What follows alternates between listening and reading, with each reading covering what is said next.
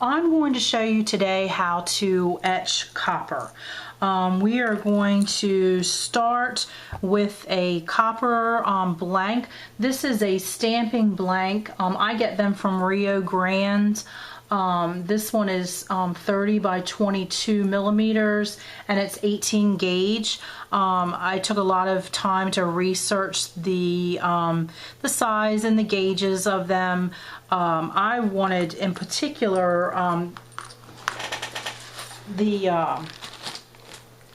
the reason why I started doing them is because I had tons of these press pennies that you get from the as a souvenir from places that you go, and I wanted to do something with them besides them sitting in a drawer. So I started putting them on bracelets, and then I thought, well, you know, I would really like to have something maybe to go along with it that was my design. And then I started researching different etching processes, and I've tried several. I've done the sulfuric acid, I've tried vinegar and salt and peroxide, and I found that using the ferric chloride was the one that was the most stable and the easiest process. So that's what we're actually going to use today, but we'll get to that step in a few minutes.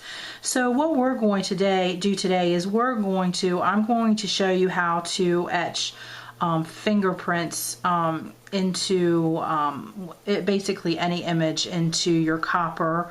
We're going to do fingerprints. This is my grandparents that passed away not too long ago, so we're going to do that, and we're going to put their name and date on the back of it. When you look at this, again, I'll get into some of this a little later, but the lines that you see in this, that comes from the etching process. This was done with this one in particular was done with hydrogen peroxide, vinegar, and salt, I believe was the process that I used for this one. And you can see that it gives it a very clean, but it took forever. I had to leave it in for hours in order to get the etch that and then I couldn't get a consistent etch. It would be one time it would be a very good etch, and the next time it wouldn't be. So there are plenty of places online that can tell you different things to use. The warning is that some of them are very, very harsh. The sulfuric acid is you're going to have to do that one outside. It gives off a lot of fumes. The ferric chloride is a very stable, it's actually not acid at all. And I'm not, chemistry is not my thing, but if you go online, it will explain to it. It's more of a sodium-based product. So, but anyway, let's get started with our first section, and that is going to be our image. So for this particular section, we're going to need, you're going to need the image, of course. And the process that I uses a laser printer. I don't know of any way of doing it with an inkjet, so if you find that, then maybe you can do that, but I use it with a laser jet. We're going to need, this is going to be used as our transfer paper, and what we're going to use is what's exposed when you peel the labels off. So this is going to be our transfer, okay? There are different types of this, and in all honesty, some of these will work. There's some of them that are extremely shiny will not transfer. Some that are not, that are dull won't transfer. I found that sometimes the same paper didn't transfer. Some days it transferred better, than other days, and I think that has a lot to do with the humidity, and it has to do with the temperature of your laminator and your laser printer. There's a lot of variables, but if it doesn't work at this particular step, it's no harm. You haven't put anything in to anything permanent at that point. So, but anyway, we're going to need a piece of label paper. We are going to need, you're going to need gloves. You're going to need a sanding block. You're going to need a Sharpie. We're going to need paper towels. We are going to need scissors. We are going to need an index card because I cut this down to a smaller size and then I mount it on this. Otherwise you would have one image in the middle of your paper and it would be for me it would be very wasteful. So I cut this down and then I mount it on this, and this is what I feed through the printer with this mounted to it. So you would of course need tape to do that. And you're going to need your copper blank. You're also going to need alcohol to clean the blank off. So the first thing that we're going to do is we're going to get started with the image. So when we print this, here is my image that I'm going to print. You are going to need to change some of the settings of your laser printer. I have a custom setting in here that is 4.5 by 5 so that the printer recognizes my index card, and then you're going to need to change the paper type to transparency. If you do not change it to transparency, your image is going to lift off of your paper and it is not going to adhere to your transfer paper. And then we're going to click OK. And then when we print, we need to print this at a custom size, and our blank is about 3 centimeters tall by 2.3 centimeters wide. So we need to print within those parameters. Sometimes you're not going to get an exact match.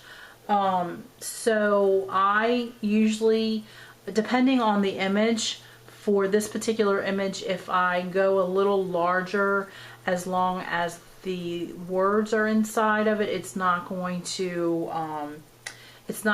hurt anything. If you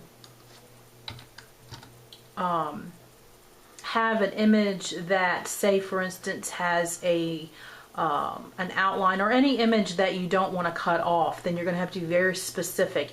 And in all honesty, that's really going to be trial and error for that. I always print this on a blank sheet of paper so that I can judge if it's going to be the correct size. And here are the letters. You're going to have to print those on a mirror. You want a mirror image of your text, because we are going to transfer this. So we're going to transfer this onto our copper, and when you do, you're going to flip it over to place it on the copper. So it's going to reverse when you put it on the copper. So I'm going to go ahead and print these, and then I will come back in a minute and I will show you what our next step is. Before I print, I did want to show you one other thing. This is the transfer paper that we're going to print it on, and I cut it and I place it on I center it on my index card.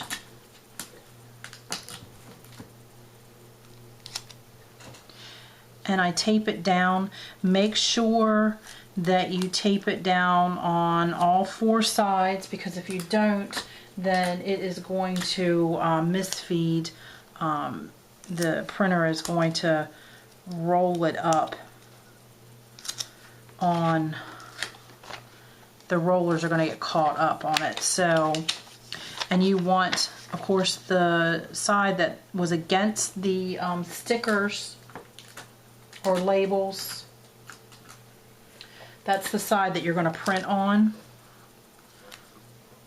We have our items are printed, and now we are going to transfer them to our copper. So the first thing that we're going to have to do is clean our copper. I'm going to use gloves. Gloves aren't imperative for this particular part because there's nothing that we're getting ready to do that's going to harm our skin. But this will get on your hands. So I like to use gloves just so that my hands don't get grimy, because it will cause them to look dirty. And if you're doing a lot of these, they'll look dirty all the time. Mine did. So, all right. So we're just going to give this a nice rub with the sanding block. And then we're going to take our alcohol, just plain old rubbing alcohol, and rub over our copper just to get off any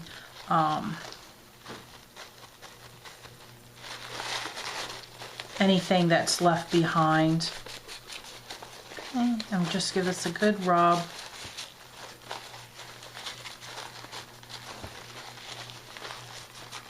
Okay, and then the next thing that we're going to do is we're going to transfer our image to our copper. We have to do this one side at a time. We cannot do both at the same time. So we're going to start with this side, and I'm going to remove our image from our index card. Excuse me. And I'm going to cut. You don't want to touch the copper too much with your fingers, and you don't want to touch the transfer with your fingers, because this will it will do exactly what it says it will transfer from the our transfer paper to our. You'll be able to rub it off if you're not careful. So I'm just going to trim this up, and I'm going to trim this up pretty close. It makes it a little easier to center it on your copper. Okay, and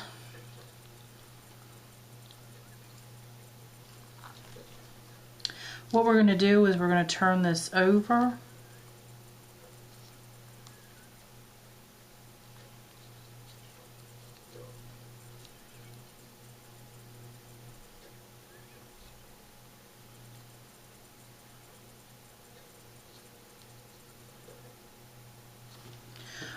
I'm going to just trim off some of the excess. It kind of makes it just a little bit easier, just to make sure that your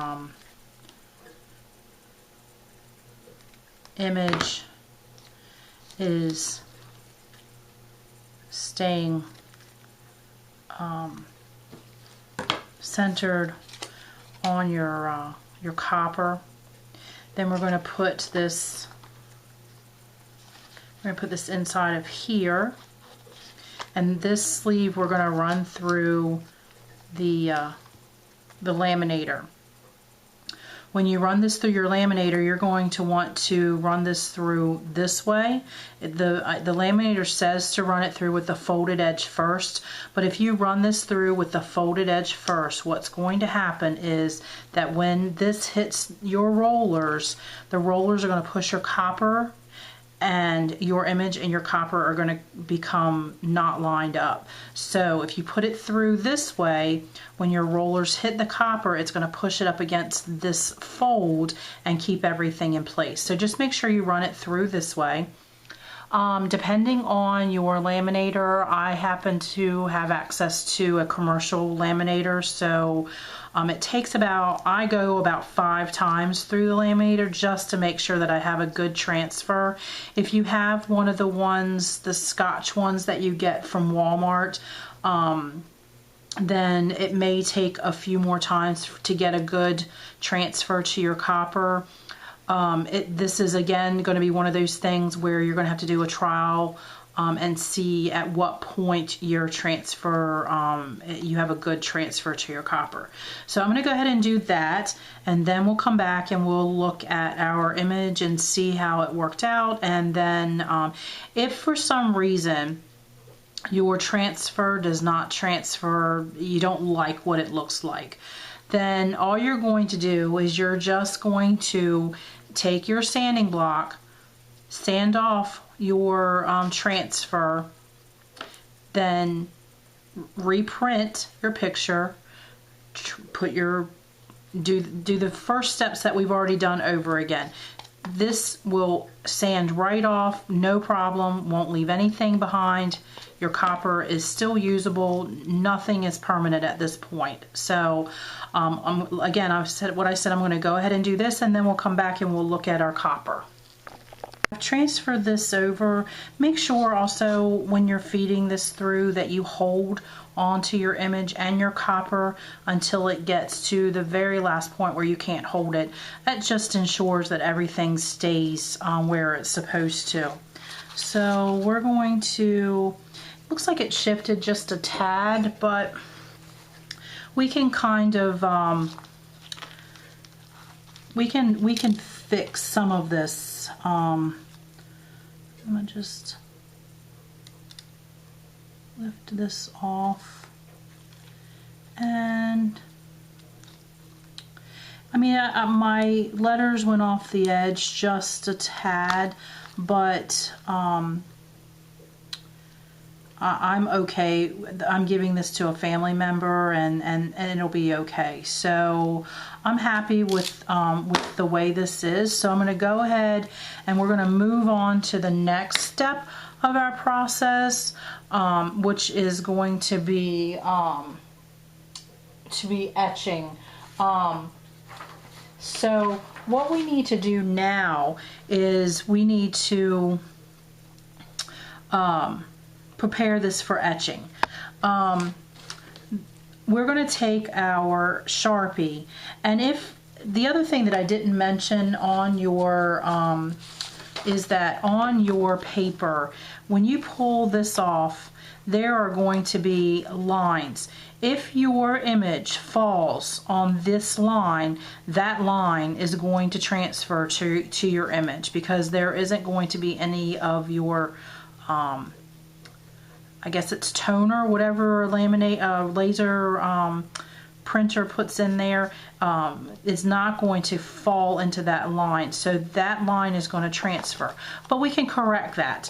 So you can use the fine point Sharpie for very detailed sections. What I I kind of just look at it, and if there's anything on here that I'm not super happy about, I'll just touch it up with the Sharpie. What we do have to do, we have to mask off anything that we do not want etched. So I'm going to go around and mask off the edge of our copper. Just go all the way around our copper like this.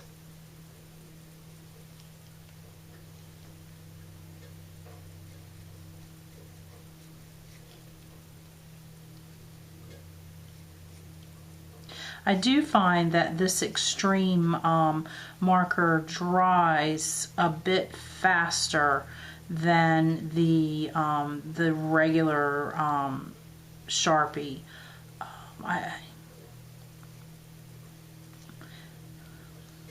This also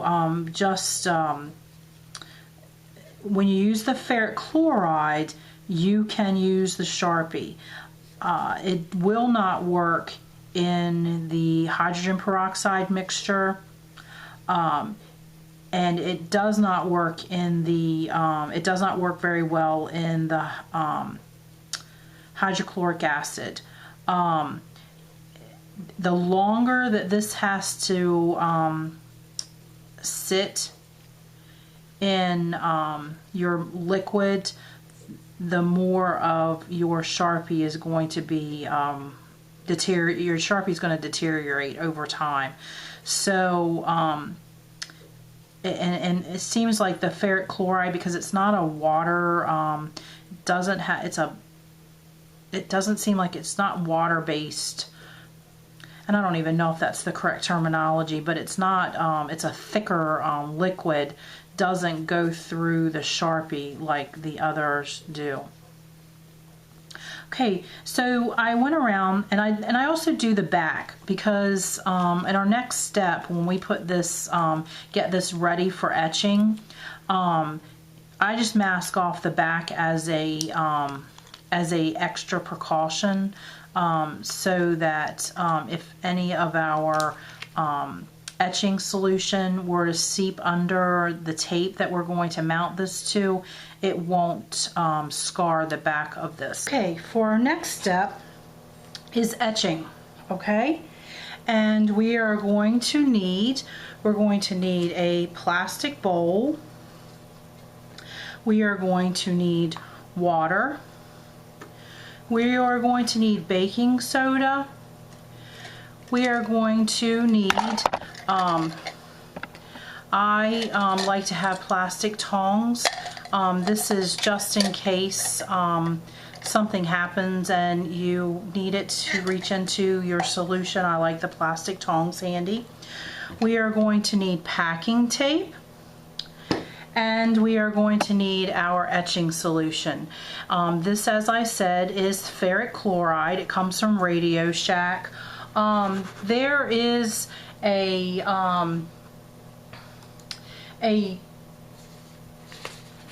another solution that it also contains the ferric chloride, and that is where you put citric acid into your solution. It's 4 parts ferric chloride and 1 part citric acid solution, which consists of 1 liter of hot water and 3 milliliters of citric acid powder, which is, you can find it in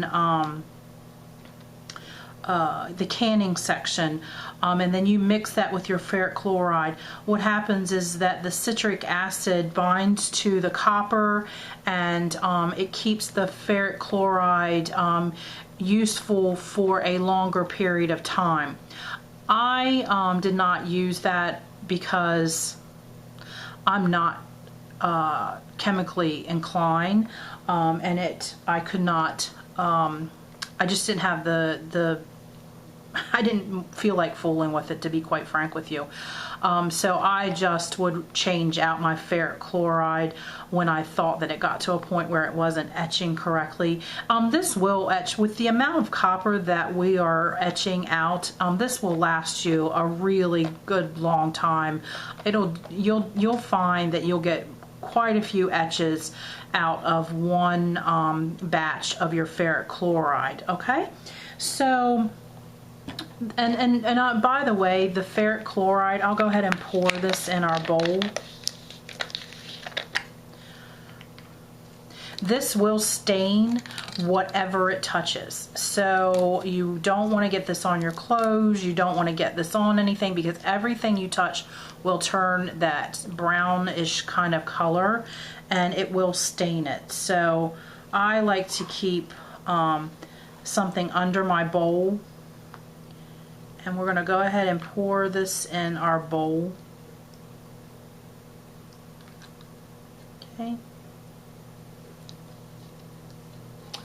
And this is a really a nice brown color. The darker this is, the more copper it has. It's more saturated with copper. So you'll find that you'll need to change this out. I probably should have a bit more in this container. I may add a little bit more to this because you really should have probably about an inch deep, because what you're doing is you're going to lay your copper in upside down, and your copper is going to fall away. So you need to have space in there where the copper can leave your what you're etching. Okay, and then we're going to put baking soda in water. Now what this is your neutralizer. Okay, so we're going to put a fair amount in there. In these two products, baking soda and ferric chloride, react like vinegar and baking soda do. So if you were to pour this in here, as you can see, there is a reaction. This will overflow if you're not careful. If I were to pour this into here, this would overflow out of this container. Ferric chloride, as I said before, is not technically an acid. It will not burn. It will not eat through the bowl. It won't eat through. It won't hurt your skin if it touches your skin. But it's still a chemical, and it needs to be treated as such. So you should wear protective gear, such as eye protection. Protect your skin. Don't wear anything that is that you don't want stained. Put something over top of your surface so that you have a protection on that.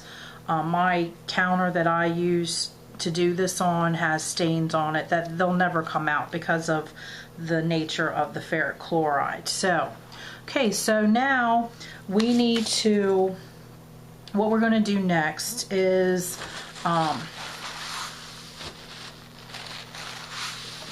we are going to, we're going to take a paper, we're going to take some tape.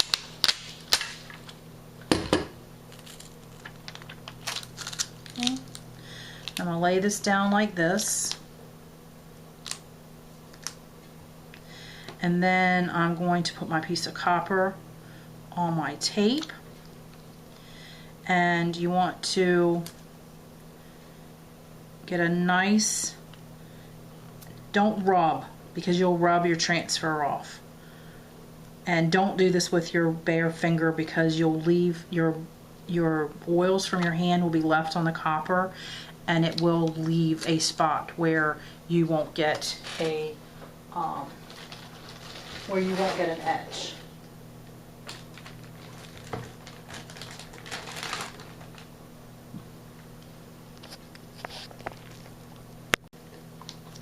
Okay, so we're going to take our I just added a bit more, and if you look at the back of this, do you see how this has little bubbles in it? You're never going to get all those out, and if you try, you may damage the front, but this is the reason why we use the Sharpie to block out the rest of that. So we're going to put this into our ferric chloride.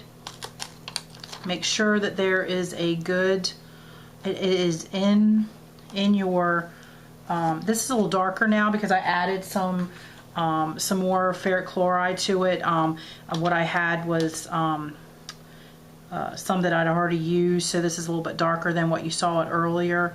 But we're going to leave this in here for, we're going to start at about, you don't want that down on the bottom. This has to be suspended in the ferric chloride.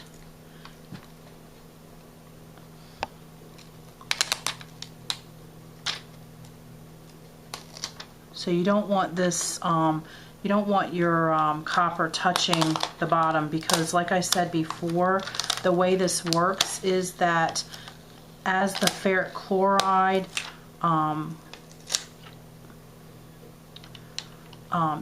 takes away the copper, it's going to fall and expose clean copper, and then the ferric chloride is going to work on the clean copper that's exposed. That was one of the problems that I had with some of the other solutions, is that they had to be rocked constantly, or you had to brush off what was being taken away by the acid, because it can't, the acid won't work on what on the waste. I guess that's the best way to put it. The acid can't get through the waste. So you have to brush the waste away so that it has clean copper to work on. With this suspended upside down, what happens is the waste falls away and the ferric chloride can then work on the clean copper. So we're going to check on this in about 10 minutes to see how that's going. And for that, what I use to check is a skewer. You can use a toothpick. I like to use a skewer. A skewer, is that how you pronounce it? Skewer maybe? Whatever. This thing that has the little pointy end on it to poke through vegetables and meat. What we'll do is we'll take this and we'll just go up against our etch and we'll just check the etch that we've gotten like this to see how deep our etch is and if we're okay with that. So I'm going to leave this and then we'll come back in a little bit and we'll check it then. Okay, so we're going to check our, let's have our,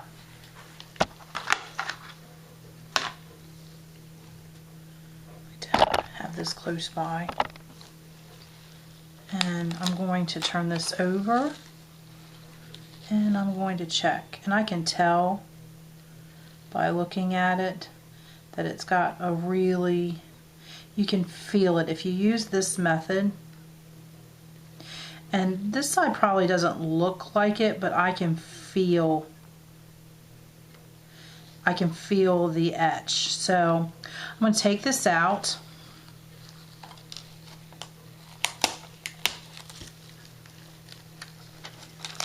And I'm going to put this in here.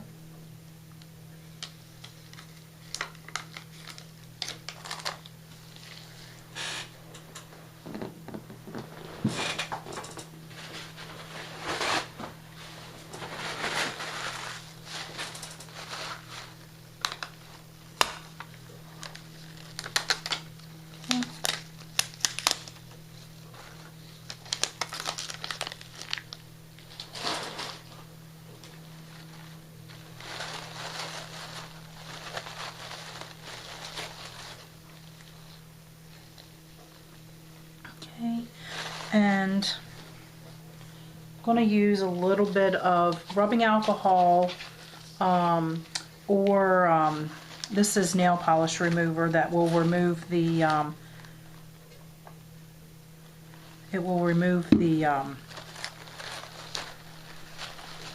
Sharpie.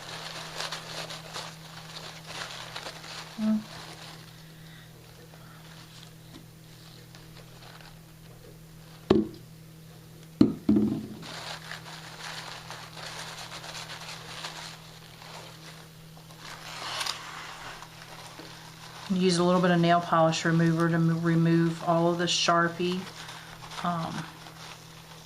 And if you can, you don't have to remove it on this side, but if you look, you can see that it has an etch to it now. Okay, so we have to repeat the process on the other side. So we're going to, I'm going to give this a nice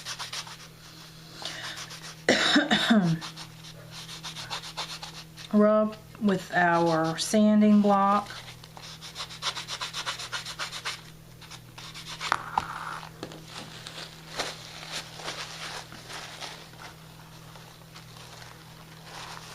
And then I'm going to wipe it off.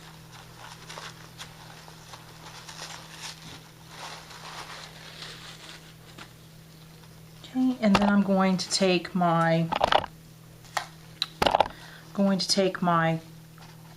what I'm going to put on the back, and then I'm going to etch it, and then we're going to come back and we're going to finish it. So I'm going to go ahead and cut this up pretty close.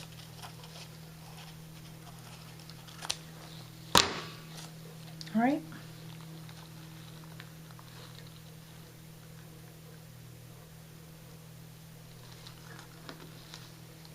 And then we're going to etch the back of it. Now that we have our charm and it's etched on both sides, now we need to cut a hole in it. And I've kind of created, this is what I use. There are others that are available that are kind of the clamp kind. I tried clamping or cutting a hole in this before I etched it, and I bent my larger side of that. So that's what happens if you use if the gauge of copper is too thick. This is not going to work. It's just too lightweight for that.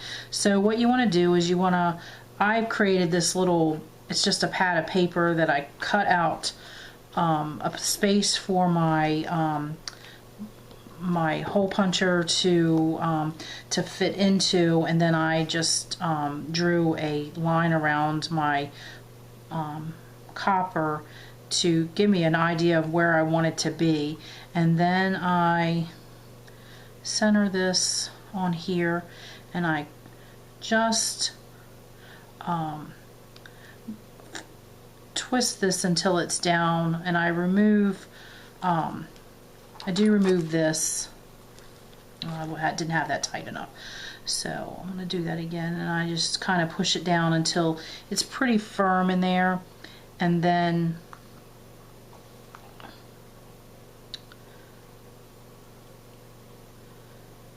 it's hard for me to see it within this because I can't look over it to make sure that it's centered.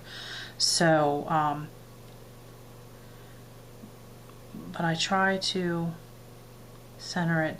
Now just be aware, you do not want your hole too close to the edge, because it won't be it will not it won't give you enough strength in that edge, and there's a good possibility that it will wear through that, and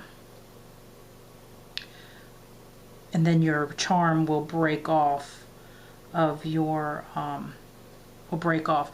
But once you have it in a place that you want it, then you just tighten this down. Don't try not to tighten this, wrench it down, because this will scar. It'll leave a mark on your copper. This will work for the pressed pennies as well. That's how I put a hole in those. And see, you have a hole, very nice round hole. Well, after we've cut our hole in it, we're going to, the next thing we're going to do is we're going to patina this. And in order to do that, the first thing we're going to want to do is, once again, we're going to want to sand. And I use the corner, and I try to get in to as much of the little nooks and crannies as I possibly can. Okay, I'm going to do that.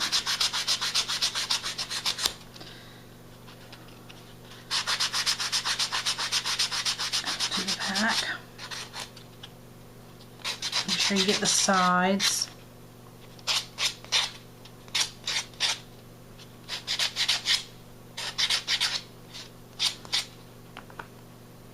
Okay.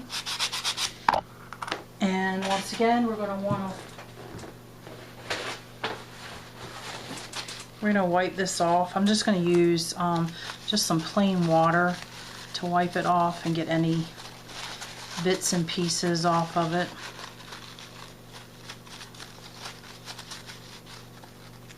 Okay.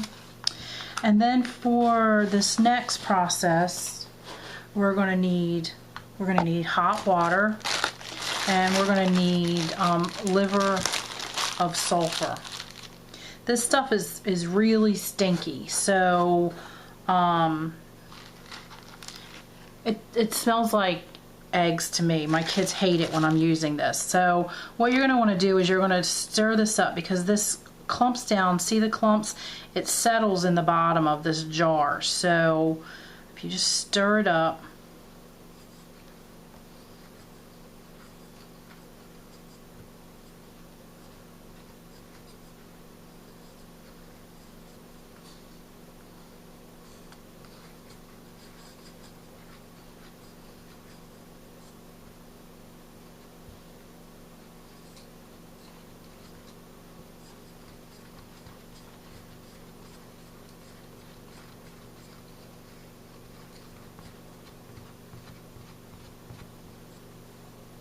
okay.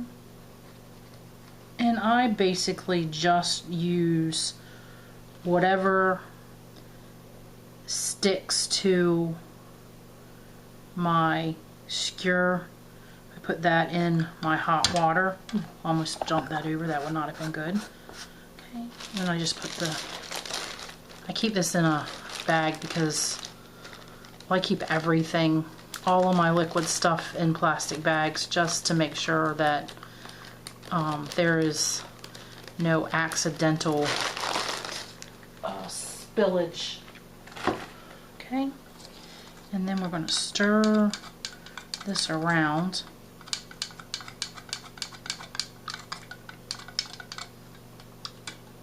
Okay. And then I am going to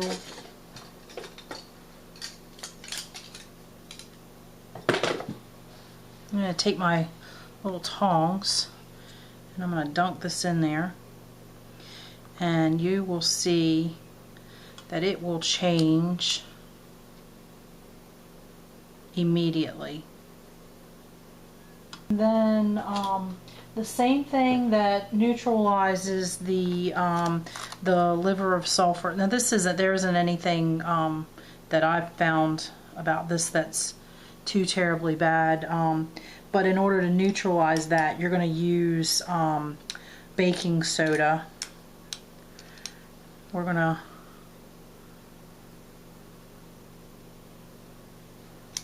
okay.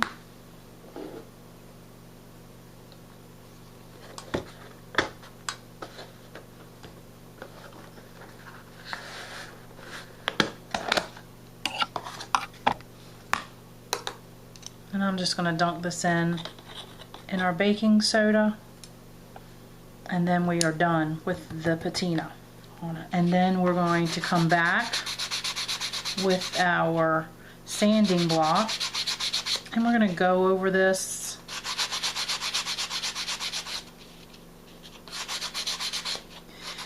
and you can sand this as much or as little as you choose to.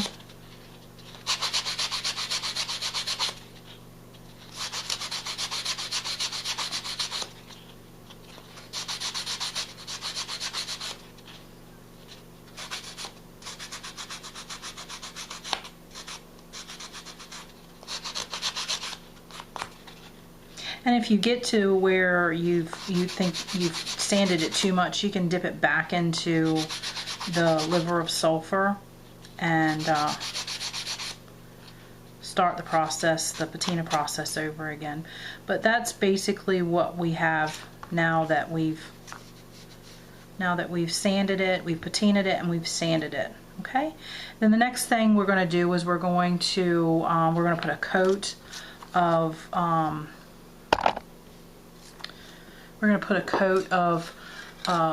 polyurethane. This is for metal. I also have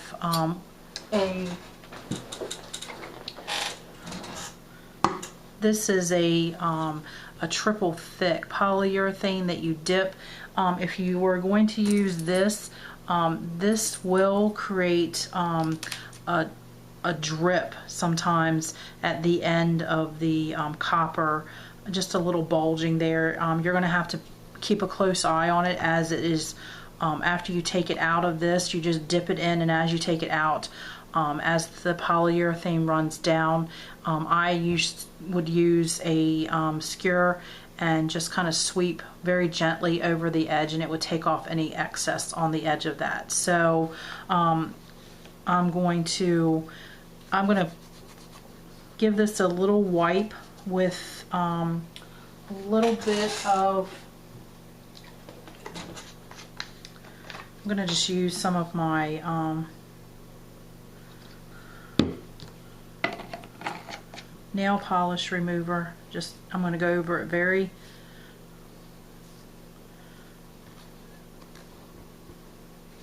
just gently with it.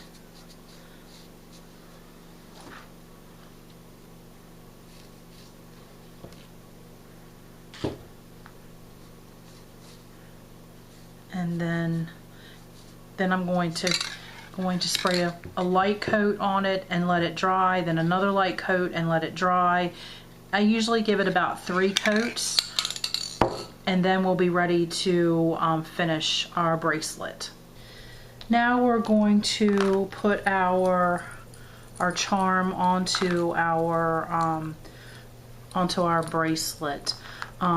We use I get these adjustable bangles from Alibaba. I have to get them at 100 at a time, and they end up being about, I think they're about $1 each if I buy them 100 at a time. And then this particular charm that I've put on is one that I've made with a head pin, and just wrapping the wire around. You can just do a loop, but once again we're going to use a split ring for added security. You certainly don't want to go to all this trouble, and if you're doing them to sell them, it would not be good either, but you don't want to go to all this trouble and then have your charm fall off and lose it. I've had that happen to me. So I use a split ring for attaching my charm, and you can do like I was saying, you can just do a loop if you're going to make your own beads to go on, like this one, but I've had these, I've lost these as well. So I just do the wire wrapping. I'm not going to show you how to do that because there are plenty of videos on YouTube to show you how to do that. And I'm not very good at it. As you can see, mine's kind of sloppy. I'm sure there's someone that can show you how to do it, and do it so that it looks really nice. You don't have to go to all this trouble. You can purchase charms to beads to add to your bracelet. This is just a birthstone, my grandmother's birthstone, that I've added to this one. You know, my grandfather's birthstone.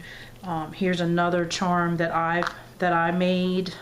So you can do all kinds of things with it at this point. I'm going to show you how to get the charm that we've made, this charm, onto the bracelet. It's a bit of it's a little harder because we're using a split ring. If we were just using just a jump ring, much easier. But once again, I just like the added security of the split ring. These are split ring pliers. I use them to open the split ring up. They can be a little bit tedious to use because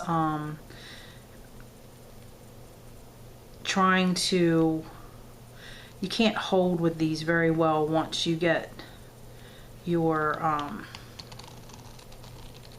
ring open. It slides around quite a bit, so I just open it up and then I feed my my charm onto the split ring, and then just kind of feed, kind of doing this upside down,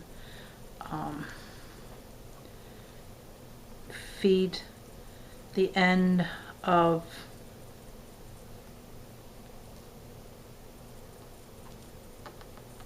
the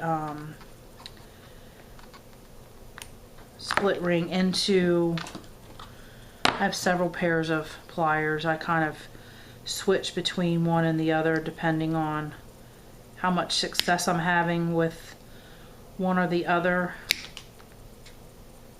Well, I'll have to come back because I just lost that split ring. It flew and I can't find it, so I'll be right back. Okay, so I'm back. Let's see. Let's get this open. And then we will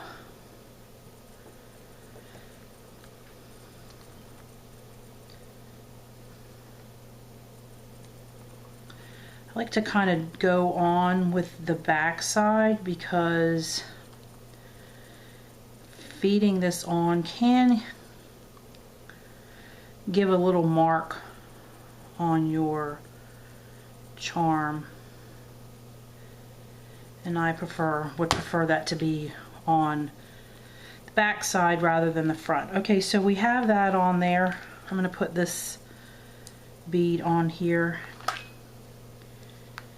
And then I'm going to feed this through just a little bit so that I have a good amount through there so I don't lose it. And then you want to put, then I do all of this at one time. So then and you can also put that, you don't have to put that charm on right now. You can do it separately. Make sure when you're putting this on that you're feeding this around to the back side, because if you don't, then your charm is going to end up backwards on your bangle. So and then from there you can add different things on. This one has 2 charms from different things that I've done. This is a crab. That's the little spot in the center is from where the when I was etching it, the little bit in the middle, either there was something on the copper or the waste, as we talked about.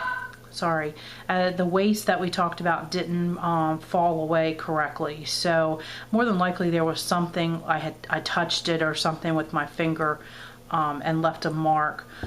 This one, when I put the liver of sulfur on, it gave a kind of an odd pattern on the back of it. But that's the process, guys. And you can do almost anything with it.